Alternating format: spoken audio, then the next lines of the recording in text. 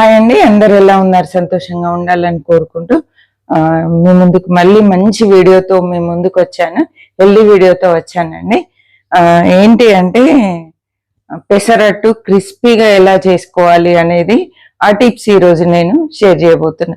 పెసరట్టు ఎప్పుడు చేసినా కూడా కొంచెం మెత్తగా ఉంటుంది. అలా కాకుండా క్రిస్పీగా వచ్చే విధంగా, పల్చగా వచ్చే విధంగా ఆ టిప్స్ అన్ని ఈరోజు నేను షేర్ చేయబోతున్నా అండి. నమస్తే, నేను మీ Jyotsna. Welcome to my channel housewife kitchen creatives easy recipe. ఈ రోజు కూడా ఈజీ హెల్దీ రెసిపీతో మనం వీడియో స్టార్ట్ చేసుకుందామండి. నేనైతే ముందుగా రాత్రి నానబెట్టాను. ఇక్కడ చూడండి, నేను రాత్రి నానబెట్టుకున్నాను. పొట్టుపప్పు తీసుకున్నాను. ఈ గ్లాస్ తో 2 గ్లాసెస్ పొట్టు పెసరపప్పు తీసుకున్నా అండి. పెసర్లు అయినా పర్లేదు. 1 గ్లాస్ బియ్యం తీసుకున్నాను. బియ్యం ఎక్కువ వేయడం వల్ల క్రిస్పీగా వస్తుంది, దోశ పల్చగా వస్తుందండి. కొంచెం బియ్యం క్వాంటిటీ ఎక్కువ వేస్తే వస్తుంది. నార్మల్ పెసరట్టుకైతే నేను ఎలా చేస్తా అనేది వీడియో ఉంది, చూడండి. నార్మల్ పెసరట్టుకి ఏం చేస్తా అంటే ఒక గుప్పెడు బియ్యం వేస్తా, ఎక్కువ బియ్యం వేయను. మనకు పల్చగా తర్వాత క్రిస్పీగా రావాలనుకున్నప్పుడు మాత్రం కొంచెం బియ్యం ఎక్కువ వేసుకుంటే క్రిస్పీగా వస్తుంది.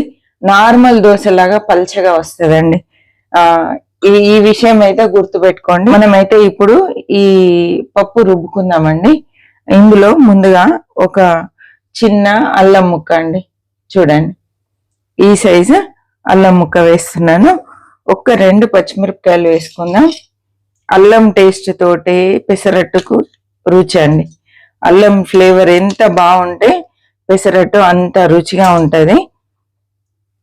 కొంచెం జీలకర్ర వేసుకోవాలి, ఒక 1/2 టీ స్పూన్ వేస్తున్నా. 2-3 వెల్లుల్లిపాయలు వేస్తున్నా అండి.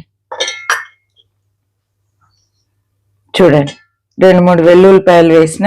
చూస్తున్న ప్రతి ఒక్కరు తప్పకుండా ఛానల్కి లైక్ చేయండి, ఓకేనా? కామెంట్ చేయడం కూడా మర్చిపోవద్దు. ఈ పెసరపప్పు రుబ్బేటప్పుడు నీళ్ళు ఎక్కువ పట్టవండి, అది గుర్తుపెట్టుకోవాలి. జాగ్రత్తగా ఇందులో రుబ్బే టైంలో నీళ్లు వేయాలి. ఎందుకంటే ఎక్కువ వేసామనుకోండి పప్పులో నీరంతా ఇమికిపోయి ఉంటుంది, పప్పు ఎక్కువ నీరు పీల్చుకుంటుంది. పెసరపప్పు కానీ పెసర్లు కానీ కొంచెం మనం వాటర్ వేయగానే ఎక్కువ అయిపోతాయి. కాబట్టి చూసి జాగ్రత్తగా వేసుకోవాలండి.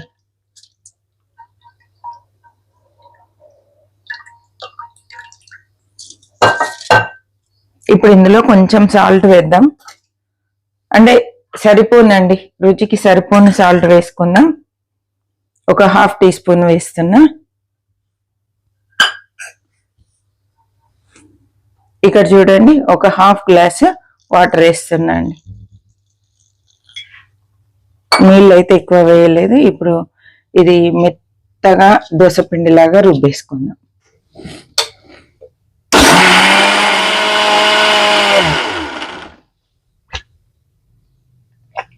చూడండి, వాటర్ తక్కువ వేసినా కూడా పర్ఫెక్ట్గా అయ్యింది, చూసారా?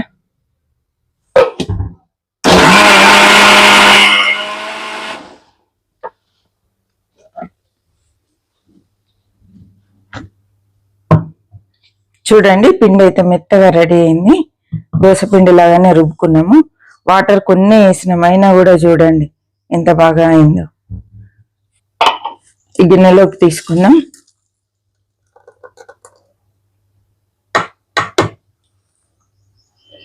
ఇందులో కొంచెం వాటర్ వేసేసి కడిగి ఇందులో వేస్తాను.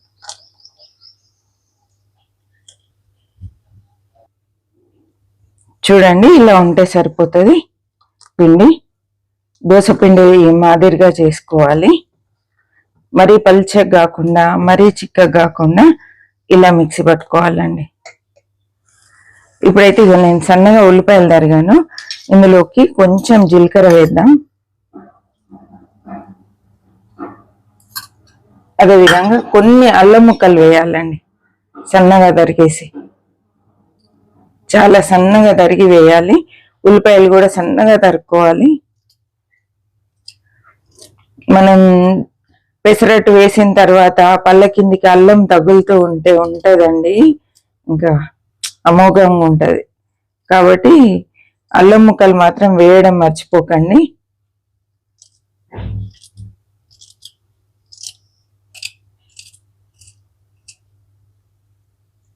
ఇందులో కొంచెం కొత్తిమీర కూడా సన్నగా తరిగేసుకుందాం. పచ్చిమిర్చి కూడా సన్నగా తరిగేస్తే సూపర్ ఉంటుందండి. కొంచెం పచ్చిమిర్చి కూడా వేసుకుందాం. మీకు స్పైసీ ఇష్టం ఉంటే కొంచెం ఎక్కువ వేసుకోండి. నేనైతే కొంచెమే వేస్తున్నా.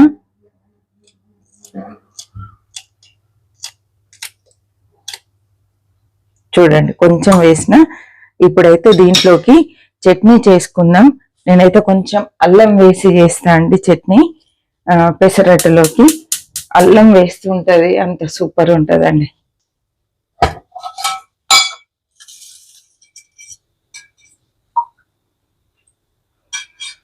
చూడండి కొంచెం ఆయిల్ వేసుకుందాం, మరీ ఎక్కువ కాదు, కొంచెమే వేసాను. ఆయిల్ వేడైందండి. 2 మిరపకాయలు వేసుకుందాం.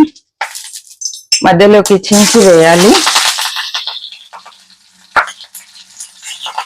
మీరు మిర్చి చించకుండా వేసామనుకోండి పేలుతుంది, కాబట్టి చించుకొని వేసుకోవాలి.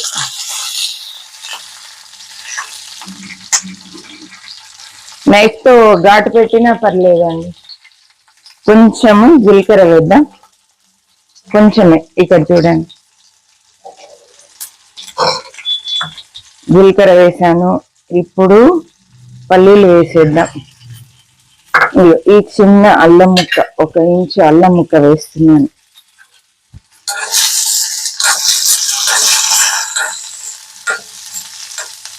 వేగిని స్టవ్ ఆఫ్ చేస్తున్నాను. కొంచెము చింతపండు వేయాలి. ఎప్పుడైతే మనము అల్లం ముక్క వేస్తామో అప్పుడు కంపల్సరీ చింతపండు వేయాలండి, లేకపోతే అంత బాగుండదు. కొంచెం వేస్తేనే బాగుంటుంది. మరీ ఎక్కువ వేయొద్దు, కొంచెమే వేయాలి. ఇది చల్లారిన తర్వాత మిక్సీ పట్టేసుకుందాము. ఇందులో కొంచెం రుచికి సరిపడా ఉప్పు వేయాలి. అన్ని ఇప్పుడే వేస్తున్నాను. 1 హాఫ్ టీ స్పూన్ సాల్ట్ వేసాను. వెల్లుల్లిపాయలు 5-6 రెబ్బలు వెల్లుల్లిపాయలు వేసాను. ఇప్పుడు డైరెక్ట్ గా మిక్సీ పట్టుకోవడమే. చల్లారిందండి, మిక్సీ పట్టుకుందాం.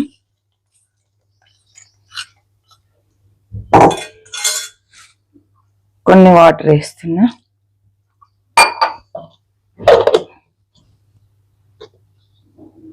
చట్నీ రెడీ అండి. నేనైతే తాలింపు వేయట్లేదు, మీరు కావాలంటే వేసుకోండి. ఎందుకంటే పల్లీలలో నూనె ఎక్కువ ఉంటది. మళ్ళీ నూనె వేసి తాలింపు అవసరమా అని నా ఉద్దేశం. ఓకేనా? మాక్సిమం నేను అవసరం ఉంటే తప్ప చట్నీలకు తాలింపు వేయండి, కంపల్సరీ అయితేనే. అప్పుడప్పుడు తినాలనిపించి ఎప్పుడో ఒకసారి చట్నీలకు తాలింపు వేస్తా. ఎందుకంటే పల్లీలో నువ్వులో వేసి వేస్తాం, దాంట్లో నూనె ఉంటది. మళ్ళీ పైకెళ్ళి నూనె వేసుకోవడం అవసరమా అని.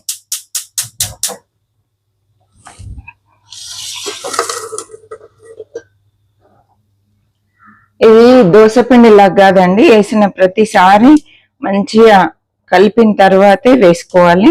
ఎందుకంటే వాటర్ సెపరేట్ అవుతూ ఉంటది పిండిలో. అంతా ఒకసారి ఇలా కలుపుకొని వేసుకోవాలి.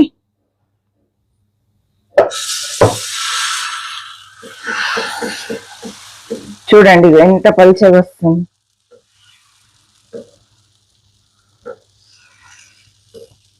అప్పుడప్పుడు పిల్లలు క్రిస్పీగా కావాలంటారు.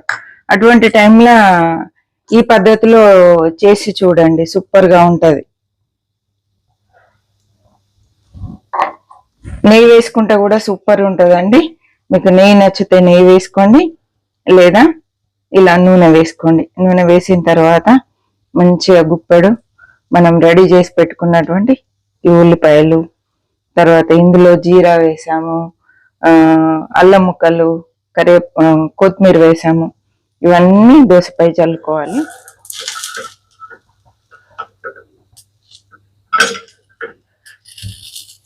చూడండి ఎంత పేపర్ లాగా వచ్చింది దోశ.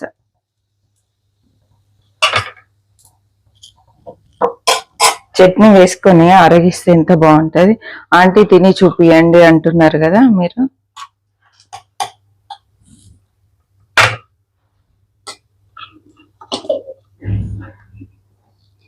ఇక్కడ చూడండి ఎంత క్రిస్పీగా ఉందో. ఇది పల్చగా క్రిస్పీగా ఎంత సూపర్గా వచ్చింది చూడండి. మీకు శబ్దం వినబడుతుంది అనుకుంటా.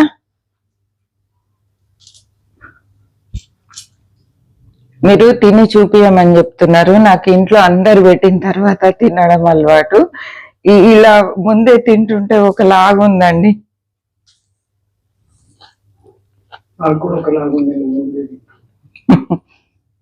సూపర్ ఉందండి, చాలా బాగుంది.